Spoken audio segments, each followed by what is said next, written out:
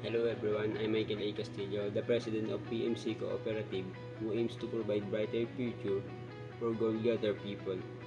Before anything else, I would like to show you the newly developed logo of PMC Cooperative with similar ambition representation. This logo signifies the rise of everyone, part of the journey, and the sun rays signifies the lights that surrounds the rise and development of this cooperative. The significance of this is ensuring that the cooperative will have an important and successful destination in the near future.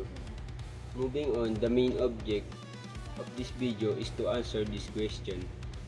Explain the flywheel value of CDA. Why do some people think that flywheel strategy is absurd? And what does the phrase unfinished business mean to you? Jim Collins developed the flywheel, a highly helpful analogy for putting corporate strategy into practice. It explained that implementing a new strategy is similar to turning on a massive flywheel. It is nearly impossible to visualize the flywheel speed at first because there is no movement, which makes many people believe that the technique is absurd.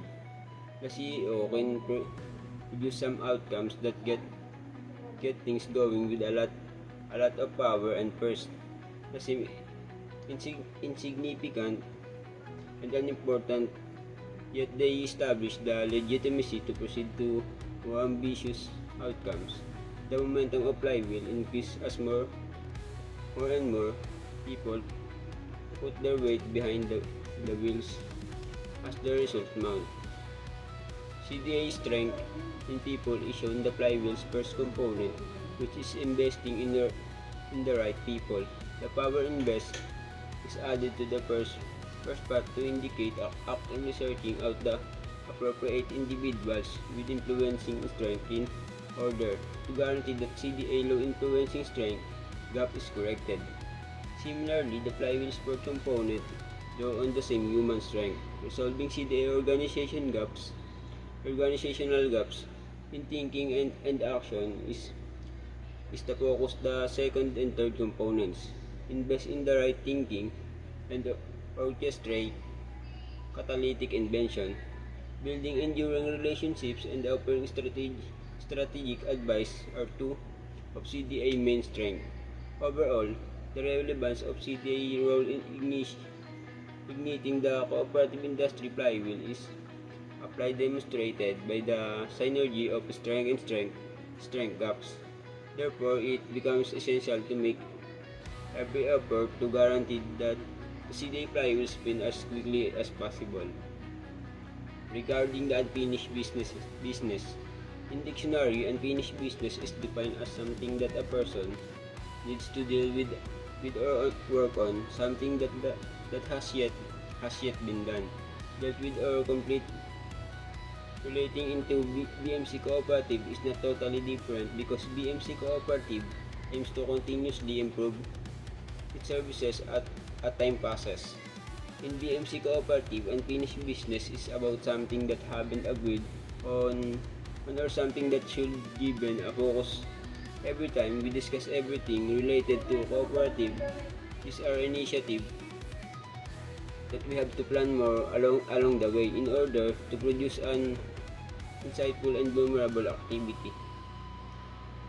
An example scenario. For example, BMC Cooperative wants to offer healthcare which do not pursue profit to help patients save money on their medical bills and insurance. As more patients join a cooperative healthcare plan, that cost is spread out among more members and the amount each patient has to pay goes down. During the planning process of this initiative, it doesn't require single meeting but more during the first meeting. Only the initial plans and brainstorming occurs because there are a lot of possibilities could happen and many ideas could come out. Before adjourning the meeting, we'll consider the initiative and unfinished business since it's not yet over. The plan is not yet finished, and and there still be meeting to be done before properly launching or present the healthcare plan that will offer by BMC Cooperative. Unfinished business seems like complicated to understand but signifies the capacity of certain initiative to be developed and have successful outcome. Since BMC Cooperative offers financial services, training and capacity community support programs and so on.